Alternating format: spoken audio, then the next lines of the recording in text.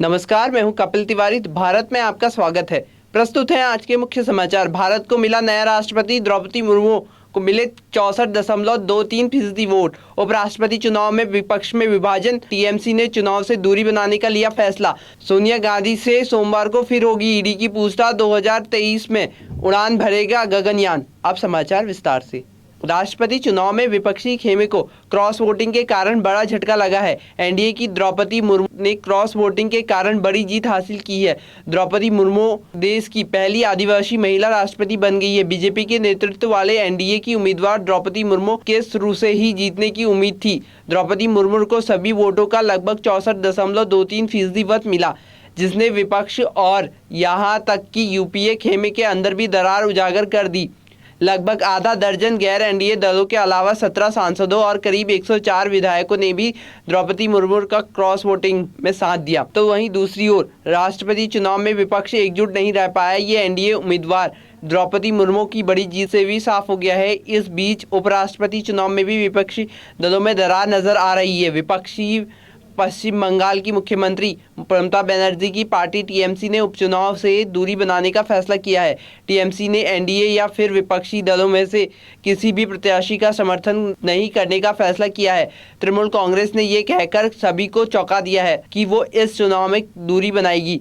वह ना तो विपक्ष की उम्मीदवार मार्केट अलवा को वोट करेगी, ना ही जगदीप धनखड़ को वोट करेगी। तो वहीं दूसरी ओर बात करेंगे नेशनल हेराल्ड केस में सोनिया गांधी से ईडी की पूछताछ की। नेशनल हेराल्ड केस में सोनिया गांधी की पेशी के बाद अब कांग्रेस लगातार केंद्र पर हमलावर है। गुरुवार को दिल्ली समेत कई राज्यों में कांग्रेस कार्यकर्ता सड़कों पर उतर आए और खूब जमकर हंगामा करा। उसी तरह आज भी कांग्रेस देश भर में प्रदर्शन की तैयारी में है। जानकारी के मुताबिक सोनिया गांधी से ईडी की पूछताछ के विरोध में आज जिला मुख्यालयों पर पार्टी ने प्रदर्शन जमकर किया। सूत्रों का कहना है कि इस मामले में सोनिया गांधी से सोमवार को फिर पूछताछ हो सकती है। इससे पहले सोनिया गांधी करीब दोपहर 12 बजे राहुल गांधी और प्रियंका वाड्रा के साथ ईडी दफ्तर पहुंची।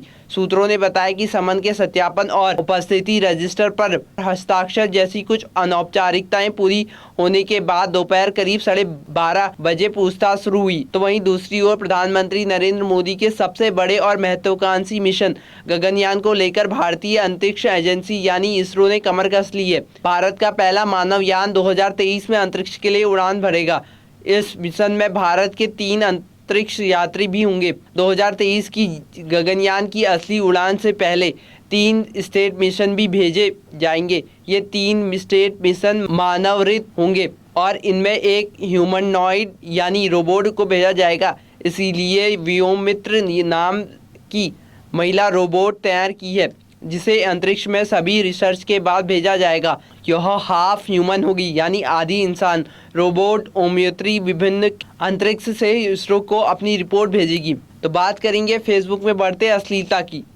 फेसबुक के लिए बड़ा बाजार माने जाने वाले भारत में अब कंपनी के यूजर्स को बढ़ाने के लिए बड़ी मशक्कत करनी पड़ेगी। इसकी सबसे बड़ी वजह सोशल साइट पर अश्लीलता की भरमार है। यह खुलासा भारत में कारोबारी चुनौतियों को लेकर खुद मेटा की 2 साल तक की चली रिसर्च में हुआ है, जो 2021 के अंत में पूरी हुई थी, जिसके नतीजों की रिपोर्ट कंपनी ने एक आंतरिक कर्मचारी मंच पर प्रकाशित की।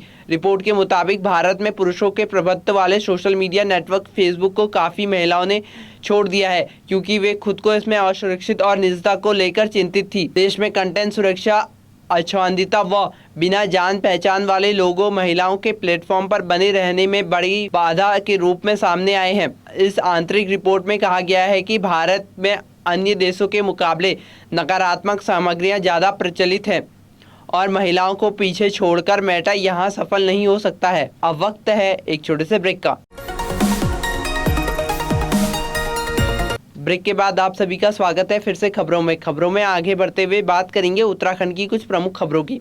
आज उत्तराखंड की राजधानी देहरादून में प्रदेश नर्सिंग स्टाफ ने भर्तियों को लेकर किए गए वादे न पूर्ण करने पर जोरदार प्रदर्शन करते हुए उत्तराखंड के स्वास्थ्य मंत्री धन सिंह रावत के निवास की तरफ कूच किया।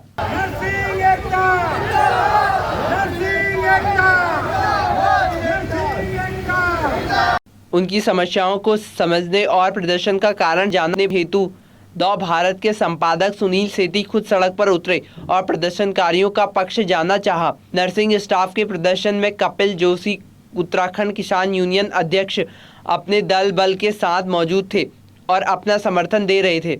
मैं जोशी नर्सिंग स्टाफ को पूरा पूर्ण रूप से समर्थन देने के लिए यहाँ पर आया हूँ। हमारी भारतीय किसान यूनियन आई है, हमारे नर्सिंग स्टाफ के अध्यक्ष जो मेहनती लगनशील बबलू भाई कि क्यों आज हम इस आंदोलन के लिए मजबूर हुए हैं। उत्तराखंड नर्सिंग स्टाफ के अध्यक्ष श्री बल्लू ने कहा कि स्वास्थ्य मंत्रालय के अंतर्गत भर्ती पूर्ण होने के बार आश्वासन दिए गए पर कभी भी पूर्ण नहीं हुए।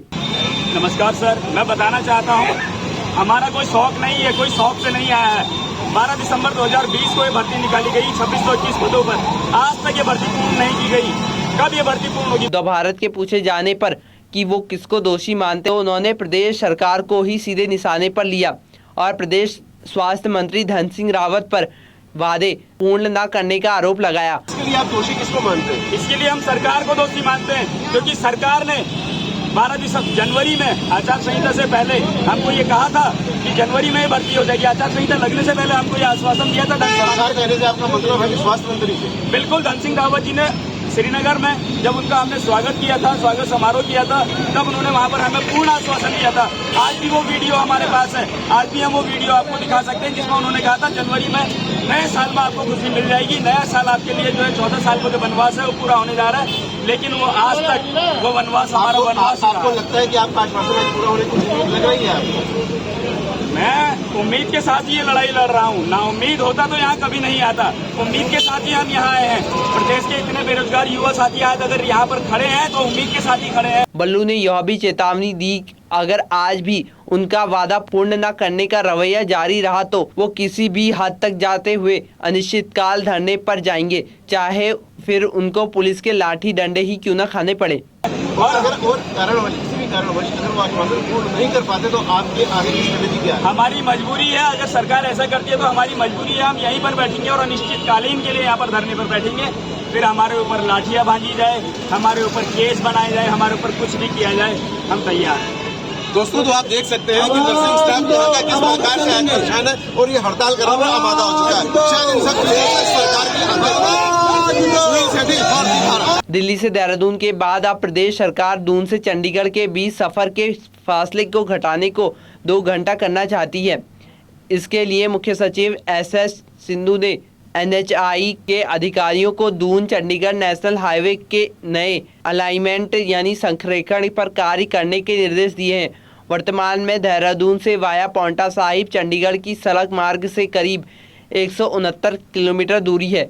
दून से चंडीगढ़ पहुंचने में करीब 3 से 3.5 घंटे का समय लग जाता है। अधिकारी सूत्रों के मुताबिक नए अलाइनमेंट के अनुसार मार्ग पर जाने से दून से चंडीगढ़ की दूरी न सिर्फ कम होगी बल्कि यह सफर 2 घंटे में पूरा हो जाएगा। राज्य सचिवालय में बृहस्पतिवार को हुई बैठक में मुख्य सचिव NHAI के सचिव से इस संबंध में कार्रवाई करने के लिए कहा गया है। खबरों में आगे बढ़ते हुए नजर डालते हैं अंतर्राष्ट्रीय खबरों पर। दुनिया में भारतीय हथियारों की धाक जमती दिख रही है। फिलिस्तीन के बाद अब मुस्लिम देश इंडोनेशिया भी भारत की ब्रह्मोस मिसाइल का दीवाना हो गया है। इंडोनेशिया भारत से anti ship variant BrahMos missile खरीदने की तैयारी में है। दोनों देशों के बीच जल्द ही इसे लेकर डील हो सकती है। एक रिपोर्ट के मुताबिक भारत इंडोनेशिया के साथ रूसी ब्रह्मोस सुपरसोनिक क्रूज मिसाइल के लिए सौदे पर साइन करने के करीब है।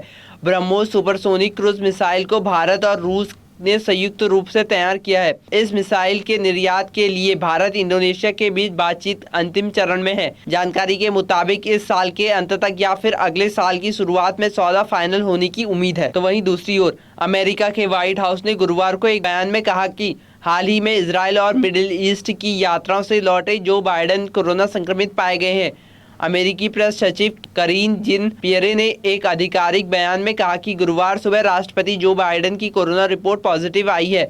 करीन जिन पियरे के अनुसार जो बाइडेन पहले ही पूरा टीकाकरण कर चुके हैं, अब वह कोरोना से संक्रमित हुए हैं, जिनके अनुसार बाइडेन में बहुत ही हल्के लक्षण पाए गए हैं। खबरों का सिलसिला आगे बढ़ाते हुए नजर डालते हैं खेल जगत पर। BCCI इस वक्त कोविड-19 के कारण लंबित सीरीज को जल्द से जल्द पूरा कराना चाहता है।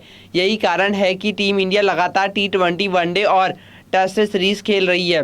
हालत तो यह है कि एक ही वक्त में भारत की 2 टीमें 2 अलग अलग मैच खेल रही होती हैं। हाल ही में भारत की एक टीम इंग्लैंड दौरे पर टेस्ट मैच का अभ्यास कर रही थी, तो दूसरी टीम आयरलैंड के खिलाफ T20 सीरीज में व्यस्त थी। टीम इंडिया का यह व्यस्त शेड्यूल आगे भी कुछ इस तरह जारी रहेगा।